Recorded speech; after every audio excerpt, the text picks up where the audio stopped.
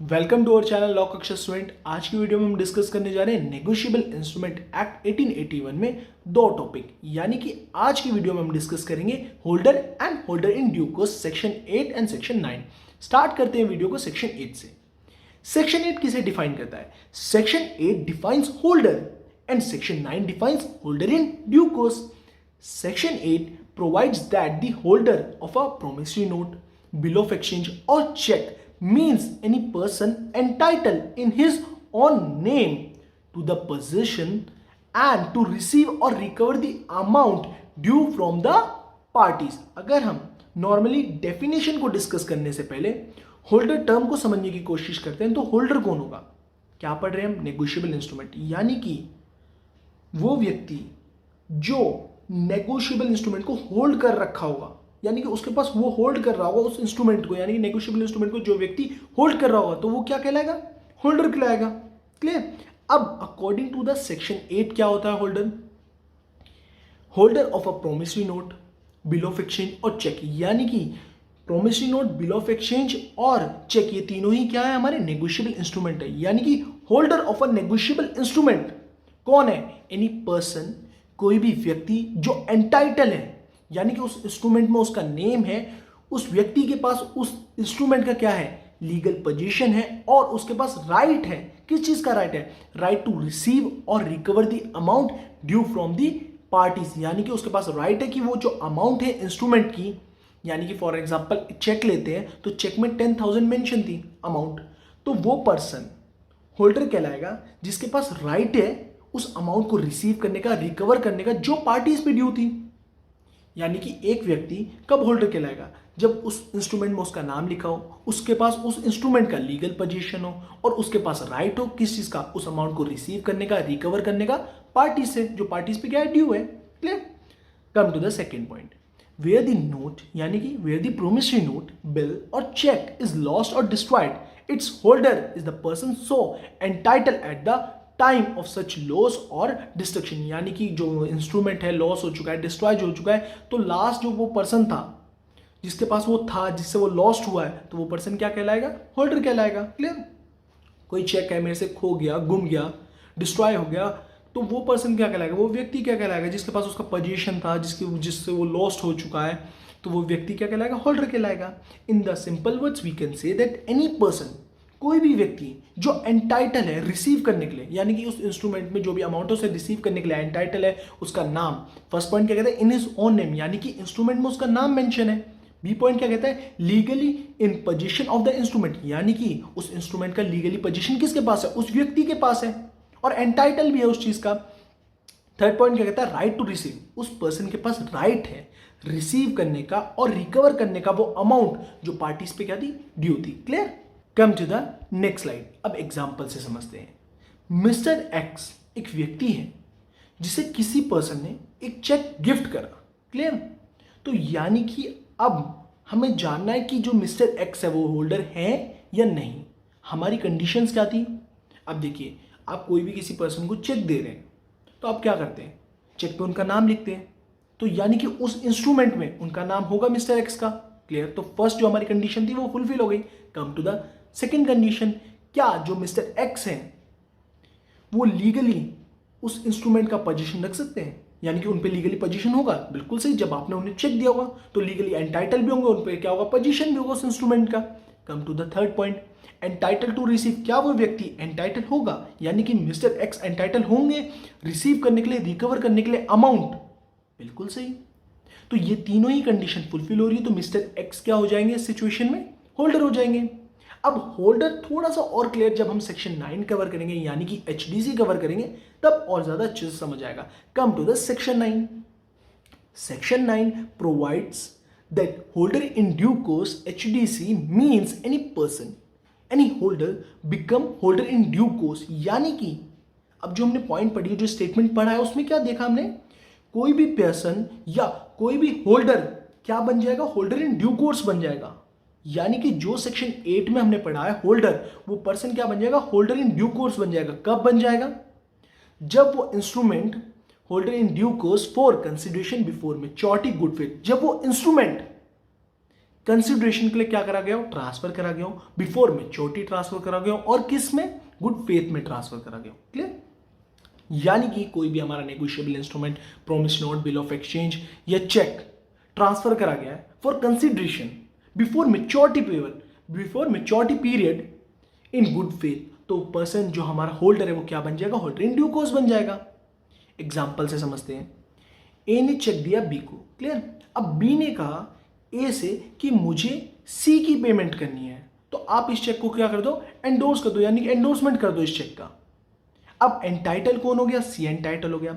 सी ने कहा मुझे डी की पेमेंट करनी है, तो फिर अगेन एंडोर्समेंट हुआ। अब कौन एंटाइटल हो गया, डी एंटाइटल हो गया। ऐसे हमारा लास्ट पर्सन, यानी कि जो लास्ट बियरर कह लीजिए या लास्ट एंडोर्सी कह लीजिए, वो कौन हो गया, जेड हो गया। तो जेड क्या हो गया, पेई हो गया। अब पेई कौन होता है, आपको मैंने सेक्शन 7 में बताया था, बट एक और बार बता देता हूं। पेई आप ये चीज मान लीजिए, जो पर्सन रिसीव करता है मनी, यानी कि पैसा, पी से पैसा, पी से पेई, जो पर्सन रिसीव कर रहा है मनी वो कौन हो गया, पेई हो गया।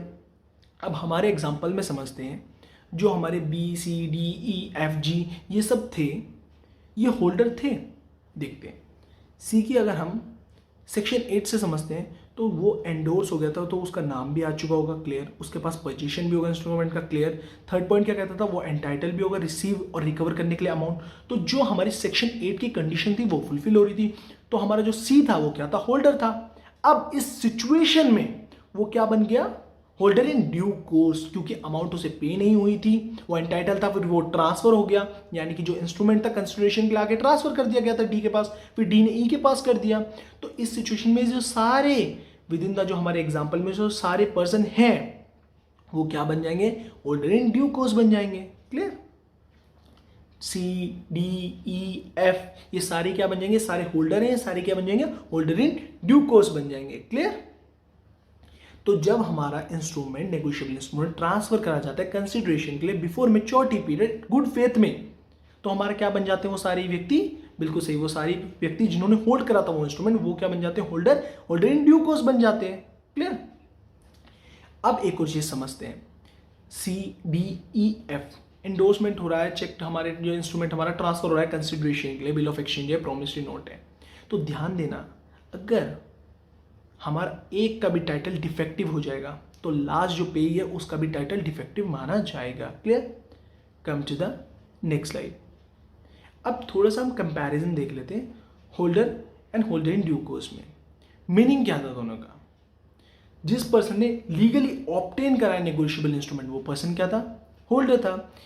अ holder is a person who legally obtains the negotiable instrument with his name and title on it to receive the payment from the parties liable. जैसा कि मैंने आपको डेफिनेशन समझाई थी सेक्शन 8 में।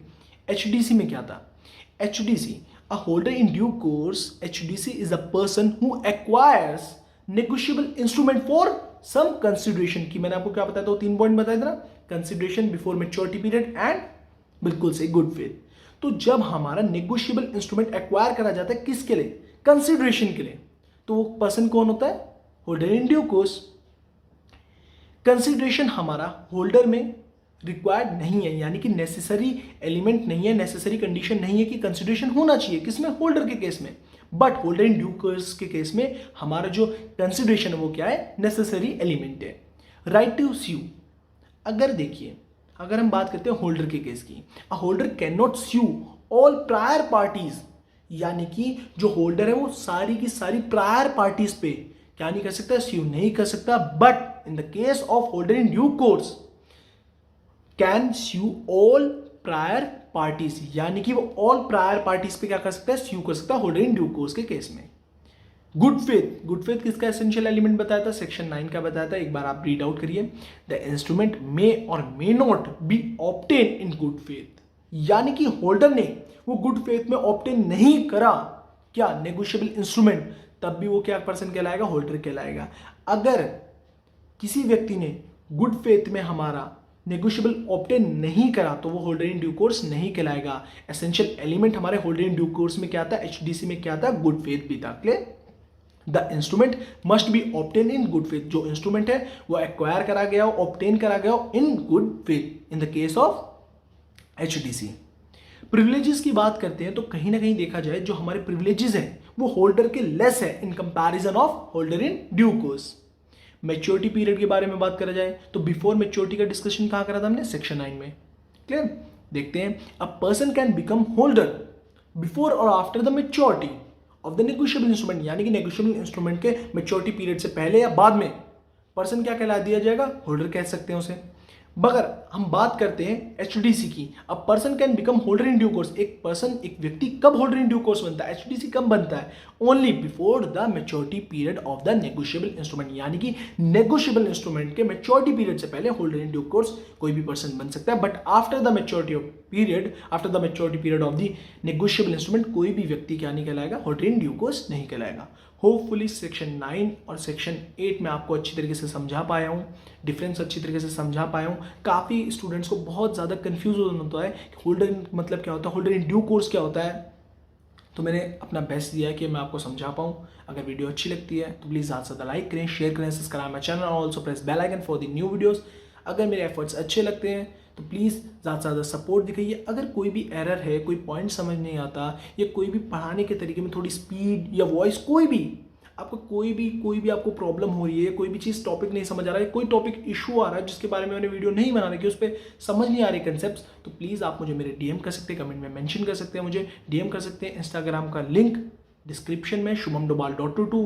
वीडियो अच्छी लगती है ज़्यादा से ज़्यादा सपोर्ट दीजिए। Thank you so much, have a nice day.